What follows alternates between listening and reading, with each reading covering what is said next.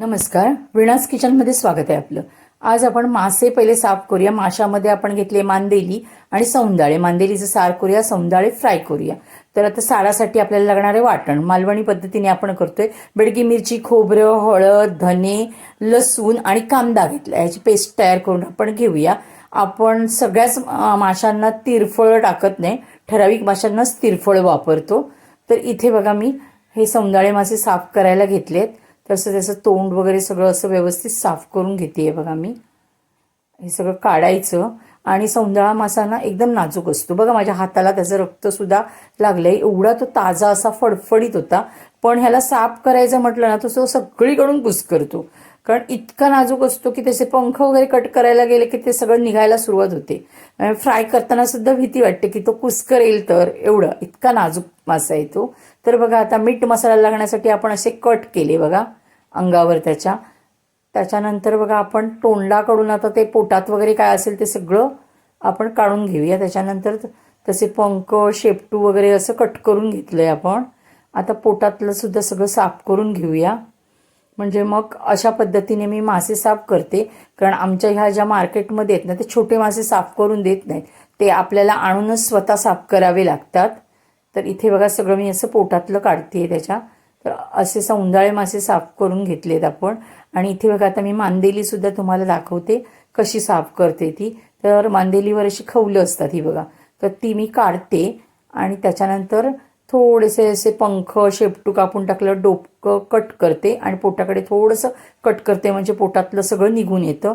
मग अशी सगळी मांदेली मी साफ करून घेतली. मासे स्वच्छ आणि साफ करायचे आणि थोडं मीठ टाकून ना त्यांना स्वच्छ धुवायचे. आता इथे बघा आपण फ्रायची तयारी करतोय. तर मी सौंदाळे माशांना या आगळ लावते. त्यानंतर मी मीठ लावणार आहे यांना. तर व्यवस्थित आपण आगळ लावून घ्यायचा आणि त्यानंतर मीठ लावतोय बघा. आणि आगळ कमी लावला तरी चालेल कारण हा गोडा मासा आहे. जास्त आपल्याला आगळ नको आहे ह्याला. तिखट ह्याला जास्त करायचं. तर इथे मच्छी मसाला आणि थोडी पेस्ट टाकली. ह्या पेस्टमध्ये आलं लसूण पण आहे, बेडगी मिरची, धने आहेत. आणि तसंच मसाल्यामध्ये सुद्धा सगळे हळद आणि बडीशेप सुद्धा आहे माझ्या मसाल्यामध्ये. असा हा मच्छी मसाला आहे. तर सगळं कोटिंग करून ठेवलंय आपण. 10 मिनिटं ठेवूया. आणि इथे मी प्लेन रवा घेतलाय. त्याच्यात बघा थोडंसं मीठ टाकलंय आणि मच्छी मसाला टाकलाय. आणि कोटिंग करून सुद्धा 10 मिनिटं ठेवा. म्हणजे मग तेलात ना तो रवा असतो तो पडणार नाही. आणि रवा असतो तो बारीक घ्यायचा. सगळ्यात 0 नंबरचा असतो ना तो वापरा. म्हणजे मग पडणार नाही. कधी कधी काय होतं मुलांना मिक्स हवे असतात, कधी कधी रवा फ्राय हवे असतात. मग ते करावं लागतं आपल्याला.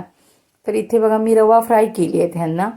तर मस्तपैकी असं कोटिंग करून घेतलं आणि 10 मिनिटं ठेवून दिलं आणि नंतर फ्राय केले. आता आपण आता तेलसुद्धा गरम करायला ठेवलं आहे बघा इथे. 10 मिनिटं होऊन गेली आहेत.